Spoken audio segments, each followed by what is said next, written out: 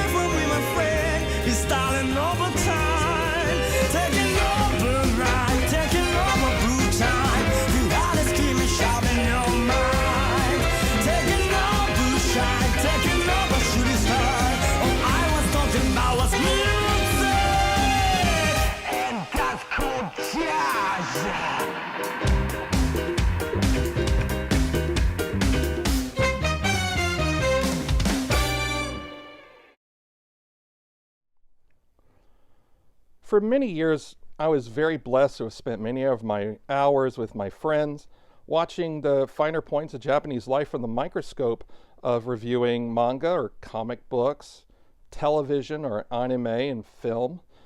And it helped me to inspire me to start my university's anime club back in the mid-2000s.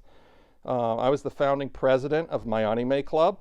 And after that, I was associated with many anime conventions and many years, also with sci-fi conventions and many conventions in general, as a member of the board of directors or as a staffer. So I just want you to know a little bit of my credentials before we begin. We'll be exploring a little bit more than just Beastars, in other words. We're going to be looking at some of the culture and some of the tropes that go along with that culture. So let's have a seat, get out the popcorn, and let's talk about Beastars.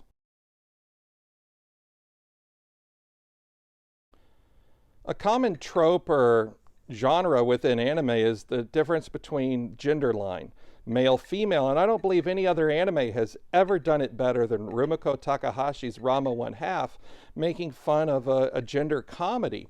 However, Beastars deals with species differences more than it deals with gender line differences. And that's evident in the way of the portrayal of the herbivore-carnivore divide line. So, how would society make accommodations and laws against beast kind, sacrifices for societal welfare, and species morphology? These are some of the themes that they're going to explore in Beastars for us. Let's set up a little bit of world building first. In the world of Beastars, the planet, as we can assume it, is exactly like ours, but with furries rather than people. I'm going to say it's a parallel universe. So there's a Japan, so there's got to be a United States, a Mexico, Brazil, France, Russia, and so on. In the world of Beastars, there's an in-universe rank of the Beast Star. That is the beast that has risen above all prejudices, all limitations, and has earned the admiration and respect of all of their peers and the society or school in general, because it is a high school. They're oftentimes a leading class of individual that sought for higher paying jobs once that Beastars available for employment. The eating of meat is expressly forbidden and illegal in Beastar society. It's taboo to eat your neighbor, who knew? There are other rules too, like the no baring of fangs or teeth to herbivores, no biting, no eating your neighbor. That's just to name a couple. It seems that most of the laws or the rules are there to protect herbivores from the carnivores. And these are some of the themes that we will explore later on. The setting is Cherryton Academy, a co-ed school for both males and females, predator and prey. This is a common trope in anime, as high school is one of the most ubiquitous times in a child's life. Hundreds, if not thousands, of anime and manga focus on the high school experience as a universal burden for all Japanese students. And the goal? To gain admission into university, where they don't really do that many college-type anime because college is significantly easier. The first season of Beastars is split into two separate arcs. The Drama Club, or Adler arc, and then the Meteor Festival, or Haru's abduction arc. In the story, as both the anime and manga, and I'll take moments here and there to compare the anime from the manga or the comic book, but I'll try to focus primarily on the anime as seen primarily on Netflix. Both begin with a murder. The murder of Cherryton Academy student named Tim, who is an alpaca. Tim is, unfortunately, eaten alive by a carnivore and potential student, and thus is one of the causes for the background tension of the series. It's unknown who devoured Tim, and as far as the comic book, I can only assume it's going to be a background story for a very long time to be used as a MacGuffin to edge the story along further. Now let's introduce some of our heroes. First up, we have Legoshi, a timid yet shy gray wolf. Legoshi, voiced by Kikihiro Kobayashi in Japan and voiced by Jonah Scott for the Netflix adaptation, is a 17-year-old second-year student, or sophomore by our standards, in high school. Legoshi is named for Bela Lugosi. He's tall and lanky, and he knows how wolves are perceived by his fellow students. His sheer size and appearance can be intimidating for many of his own carnivore friends, let alone the herbivores attending Cherryton Academy. His role is simple as defined in his head: be not seen, be not heard. He seems to be in conflict with his instincts, and that's an ongoing theme throughout the entire of the series, where various characters embrace or shun their instincts. Legoshi falls into the category of shunning his instincts. Wolves in the wild are typically shy. However, in the world of Beastars, wolves are seen as vicious, murderous animals with little self-control. This idea is fully magnified by the murder of Tim, with whom Legoshi was a friend. In Japanese culture, every student must participate in a high school club. It's almost a regulation, and for this student to have any appeal to a university after their high school career ends. For Legoshi, the best place he could hide himself was probably in the production department as a lighting and rigger for the drama club of Cherryton Academy. That's why he's in a club to begin with. This brings us to meet Louie, the red deer, and current favorite for Cherryton Beastar. Louie is a third-year student, or a junior by our standards in America. He's voiced in Japan by Yuki Ono, and in America by Griffin Pautu. He's the star of their annual play, this year called Adler. Louie, for a deer, is fearless and constantly pushes himself to be greater than his species typically allows for. In my dealings with deer, they're like a wolf. They're not very social animals. They're shy, they're timid. Deers are easily startled. Louie, though, is constantly in defiance of his species' makeup. He's the obvious favorite for Beastar due to his ability to play politics and curry favor and the admiration of his fellow classmates from both the carnivore side and the herbivore side during most of his scenes. He mourns for Tim. Louie is mourning for Tim privately, but he stands up directly without any fear to any carnivore in the series. During an unscheduled rehearsal to help another student for the upcoming play, Louie brings Legoshi to stand as lookout guard to ensure that their unauthorized rehearsals not caught by school administrators. And it's during this particular scene that we're brought to our Third major player, Haru. Haru is brought to life by Sayaka Simbungi in Japan and Laura Jill Miller in the anime here in America for the Netflix adaptation. Haru is a small white rabbit, a third-year student, and she's attacked by an unknown beast while traveling across the Cherryton campus one night. It's no spoiler here that the beast is Legoshi. His instincts have taken him over while he heard her footsteps and he smelled her scent. Haru manages to escape as Legoshi is brought to his senses by hearing his name called out during the night. She's seen socially as, and excuse my language, a whore. Now, before you get upset at this, there are many references to her sleeping with other people's boyfriends and is seen sometimes in bed with other men. There are even many references throughout the whole of the series that she has loose morals. She's even ruined the pairing of a particular breed of rabbits at her school that she suffers at the hands of being bullied at. Haru's motivation, though, can be seen as well as the ears on her head. Her body's the only thing she really has control of. So think of it that way. She has no defensive abilities against any of the carnivores. This is something that will be explored during the Meteor Festival arc in the second part of the first season, when she's taken by the Shishigumi Lion Syndicate. Upon their second, or really first meet, but first, Legoshi and Haru have a more cerebral conversation as Legoshi has been sent as an envoy from the drama club to the gardening club to gather flowers for the upcoming performance as auditorium decorations. Legoshi is written to be a stereotypical shonen character, unaware and sexually inefficient. He's having an internal dialogue not unlike Paul Atreides in the movie Dune. He's woefully ruining the attack, trying his best to put on an act that presents him as a friendly, and yet he's unaware that Haru's getting naked.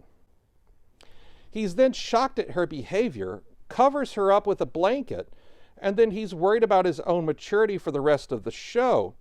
Wait until they arrive at the Love Hotel.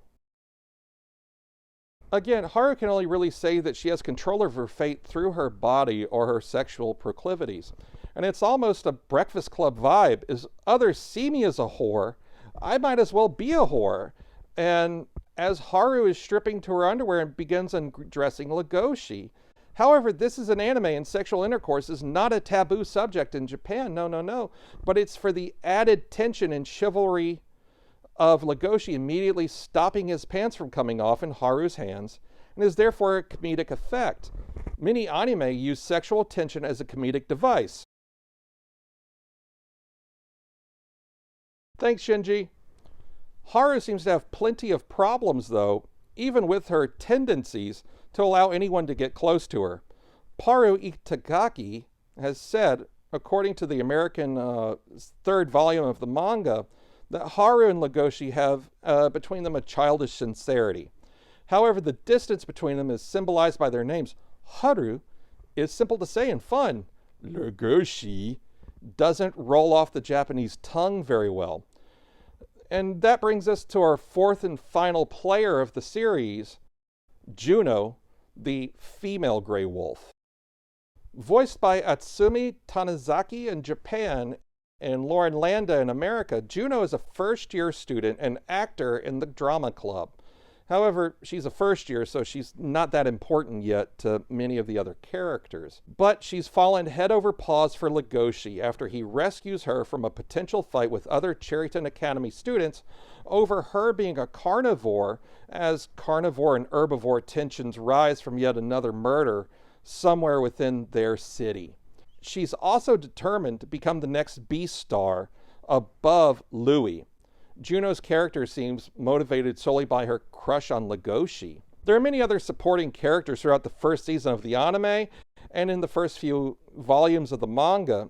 Too many to talk about, really. As I said earlier, there are two arcs, the Drama Club arc and the Meteor Festival arc. Rather than explain the motives and characters fully, I'd like to talk about these two storylines. When the viewer is first introduced to the world of Beastars, we're greeted with the murder of Tim, the alpaca. My second grade teacher always said, start in the middle of something interesting, so I guess a murder is pretty interesting. Tim is a student that's been devoured. You're going to hear that word a lot, devoured. He's devoured by a carnivore whose identity is still yet unknown. The whole arc sets up the players and the play being produced, Adler. Little is known about the play and seems to be a universe script shown only in the manga and the anime. This arc sets up the character dynamics of Legoshi, aloof and internal. Haru, confident and honest. Louis, confident and aristocratic. This arc introduces our players and the initial conflicts within the world. The arc also introduces Bill, a tiger who's an understudy for Louis. Louis is injured and Bill, the understudy for Louis, gets promoted to Adler. The conflict Legoshi and Bill experience during the play is short-lived and doesn't impact later in the anime or thus far. The drama club arc ends in episode 5 after a massive fight between Bill and Legoshi on screen over a vial of rabbit blood that Bill keeps to get himself, think of it like a Red Bull. The Meteor Festival arc follows the drama club and Adler arc starting in episode 6. The Meteor Festival is important in that it brings us two separate ideas to the forefront. The relationships that are going to follow in this arc and the black market. I'm going to address the black market first as it's the easiest to talk about. The black market, as explained, exists to increase the harmony between carnivore and herbivore by allowing carnivores to consume flesh and participate in things that they can't do normally in society. Think, and now we're going to mention it, Zootopia. Back when the Predators had shot collars and Nick tried pitching the Predator casino that allowed shot collars to come off for a moment and the Predators to run free, stock game at all. Children, it seems, are not allowed to visit the black market, and this may just be a school rule, but I know in the episode Louis expressly forbids them visiting the black market. Perhaps it's in an effort to keep them pure, discourage the need to go back to the market regularly for their own ends. It's an interesting concept. The Beastars acted upon this, whereas it was an abandoned idea from Zootopia. And yes, earlier I did say harmony. The black market sells animal meat to eat, to consume, to devour. It's explained as the animals that have been abandoned in death or from other likewise undesirable sources is the source of the meat. So think if someone dies in a hospital and there's no one to claim the body, that's where the meat comes from. The black market sells animal meat to consume, and it's explained that animals that have died either from sickness or injury or in hospitals or even the elderly retirement homes, that's the source of the meat that visits the black market and allows predators to indulge themselves in the taste of meat.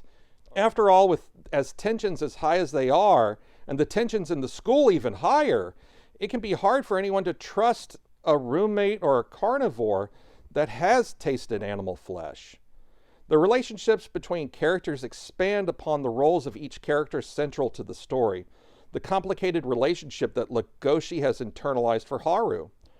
Haru's place in the world. Louis' place in the world. Juno's desires and drive. It's hormone central. And without giving too much away, I'm going to ask that you fast forward just a bit here, because I'm about to spoil something very big, and I don't want you coming back and saying, Star, you ruined this. You sure you want to proceed? This is a major cultural thing, and I need to address it. I have this desire to address it. But I'm going to let you think about it just a little bit more. Okay, you sure? Let's talk about the Shishigumi for a moment. Haru's abduction and her rescue. And it's really, really weird hotel that her and Legoshi have to spend the night in. I won't go into detail about the Shishigumi. They're a typical Yakuza portrayal without, and I'm assuming, any particular group in mind. It's more of a Kurosawa-style bad guy. Now, let's talk about this. The Love Hotel. Rooms are rented on the hour, a set of hours, or for the whole night. And the idea is to be discreet. Usually a love hotel features no real windows. They're oftentimes drab exteriors that blend in too well into their surroundings. In fact, the only surefire way to identify a love hotel is by the heart outside, either featured in neon or as a graphic affixed to the building. There it is, usually concentrated deep inside a city center near a train station, or outside on the city skirts where people are less likely to notice a pair of people dipping inside of the establishment. Automated machines deal with rooms and the bill. Hidden or discreet entrances are there for client anonymity, and some are real fancy, some aren't, but the connotation is there. This hotel is explicitly for sex. This stems from the 1960s, as the family dynamic in Japan didn't allow for individual bedrooms, so the hotel industry, which started to boom about this time, sprung up and honored the need for privacy, intimacy, and anonymity. Advertising has primarily since the 1980s been aimed at women. Notice how Legoshi was more than happy to allow Haru the hotel room and he sleep outside. In 2013, market research showed that a female partner in the Love Hotel usually chose the room for the stay over the male partner. 80%, that's a lot. A discreet laundry service is available to pick up their attire and return it, so no questions asked. Legoshi is embarrassed by the prospect of staying in a Love Hotel. It represents his fears and accelerates his maturity. To the culture, again, this style hotel serves as one purpose and one person's purpose only: sex. And again, this is a cartoon from another culture, and that culture doesn't take sex as taboo as we do. And again, it's still embarrassing for anyone, so don't think ill of Legoshi here. Haru, though, knows the controls, room layout, and where to find everything. If I had eyebrows, they'd be wiggling. Legoshi takes stock of the room quickly. He's able to deduce, albeit reluctantly, that Haru has been in one of these hotels before. However, to Haru's point, she's actually nervous, she says, for the first time being in one of these hotels, a sign that she may be falling in love with our main protagonist, Legoshi. The whole scene, until a certain part, is reminiscent of an adult doujinshi. So I hope this clears up the idea of what a love hotel is. That's just not a random gaudy hotel that they find. Its specific purpose is sex.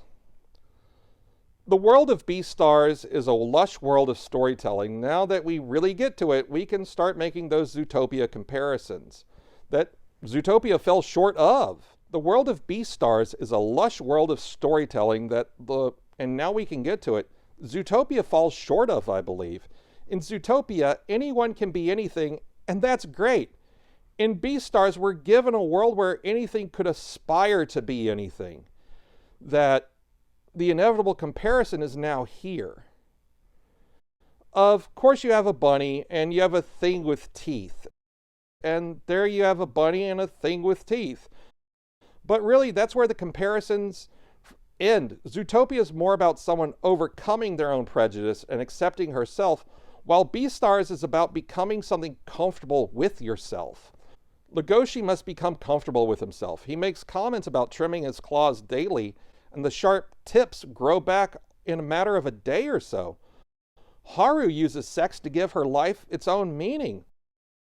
Louis has his own demons to battle, and that he uses that as tinder to fuel his drive to become the best. Beastars is about using yourself to become better than yourself yesterday, while Zootopia was more about trying to overcome racism and aspire to be better. There are some things I won't say given how new the series is, and like with most anime, there's not much ventured, not much gained, so you're going to have to watch it. Let's look at some of the production notes, though, about the series now. Paru is the manga creator, and it can be argued here that because it was released in 2016, that Zootopia did lead the way to opening the door for a manga featuring animals as the main characters occur. However, what I'm not going to argue is Paru's pedigree. She is the daughter of Keisuke Itagaki, the original author of Baki the Grappler, the manga. Itagaki-san, however, is incredibly private and usually wears a chicken mask in public to hide her identity. That chicken looks suspiciously like Legome, one of the characters within the manga itself, and I can't say for certain that it's her character. Itagaki cites Disney as an influence, though, on the matter of Beastars. The comic book was originally serialized in Japan in Weekly Shonen Champion publication starting in September of 2016. And then the manga was picked up later as an anime by Fuji TV for their Plus Ultra block of programming. Plus Ultra is a reference to the character All Might from My Hero Academia. To date, Beastars has been awarded the 2018 Manga Taisho, aka Best New Comic Award in Japan, founded in 2008. The new creator category of the Tezuka Cultural Prize of 2018, and in 2018 the Kodansha Shonen Manga Award. Shonen is the Japanese word for boys. Itagaki won the 2018 New Face Award from the Japanese Media Arts Festival, and not much is known about Itagaki. As I said earlier, she's really private, and I respect that privacy. I'm also wearing a mask here on camera too. And she wears a chicken head in her dealings with the public.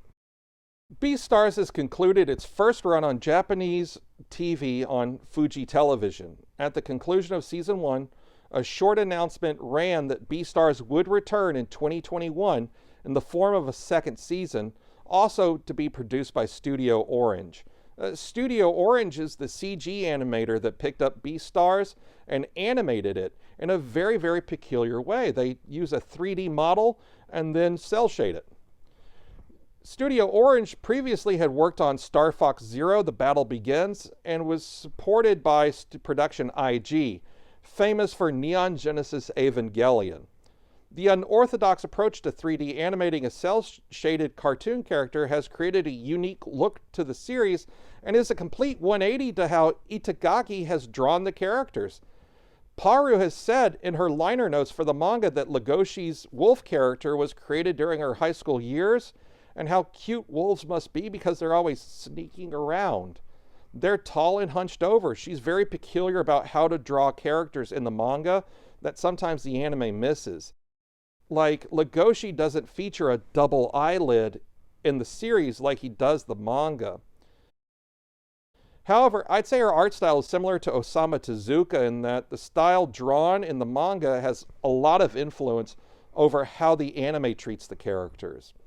The anime will always be sharper and cleaner and more realistic than a manga, especially with trends in the anime studios following what's been made recently and most popular, like My Hero Academia or Attack on Titan, or even Kill la Kill.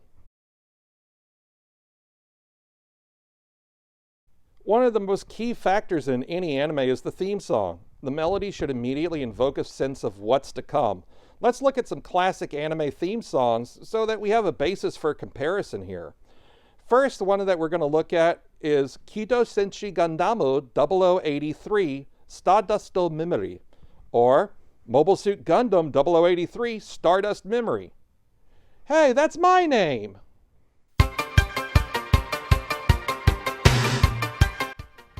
Without blinking, you know immediately it's going to be an action anime before the title screen even appears. Here you have a man in military garb running through space and time. It's going to be in your face, and he's not going to be nice about it. The beat is driving, almost helicopter blade piercing in the time signature. Visuals are things in space, military objects in ruin, giant robots imposed on top of each other, and then comes my favorite part, the beat drop.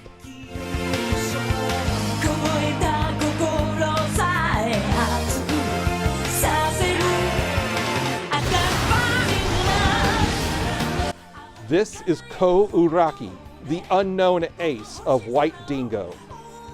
This is a series that bridges the gap between the original Mobile Suit Gundam series and Zeta Gundam. The series comes from 1991 and isn't modern by any standard. However, the song follows a long tradition of fist clenching and shouting of lyrics.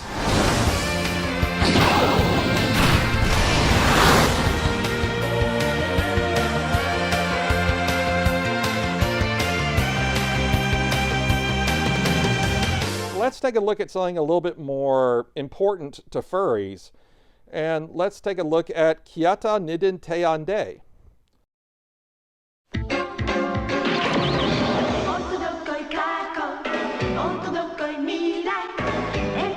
The music here is very upbeat and easy to bob your head to. Images of the entire cast of characters like Yataro and Tsukashi. Wait, what? No. This is Kyoto Niden Teyande.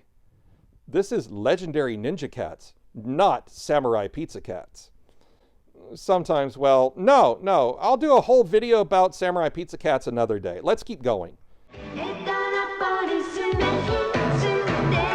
The music is light and airy, with just a twinge of Japanese cultural fun. It's nothing more than to bring viewers to the show, and it's likely why it failed in Japan, but hey, furries!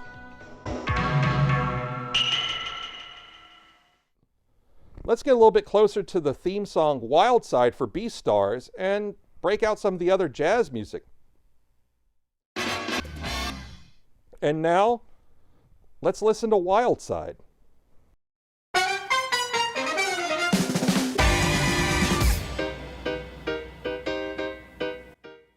The opening horns are like a herald to your television. You may not know what's going on yet, but you know it's an attention getter. There's the moon and our main hero being very feral in appearance. The stop-motion felt characters shown here are closer to the manga representation of the characters. The piano staccato and then rap sung like lyrics in jazz time, the over-modulated English voice crackles out. I'm walking on the wild side. We can see a divide between the characters of Legoshi and Haru in the dark, and it gives you an idea that our characters are more than mere just playthings for Louie, the deer. Everything changes the moment the sun is up. It's like spring suddenly appeared, and the music reflects this as our rabbit and wolf dance together, but we're thrust back into the darkness as Legoshi sits in a pool of blood, insinuated that it's another animal's blood, with an animal's skull as he cries to the red moon, and boom, right into title screen. I hope you enjoyed this edition of Raccoon on Film, reviewing Beastars. Don't forget to look at some of my other stuff, and I really enjoyed hanging out with you here today, and I hope you enjoyed my reflections and thoughts on the show, and maybe hopefully I cleared up just a few questions you might have had about love hotels, or what's going on, or why they're in clubs, or that kind of a thing. And I'll see you all here next time. Until then, have a good night. Thank you for watching.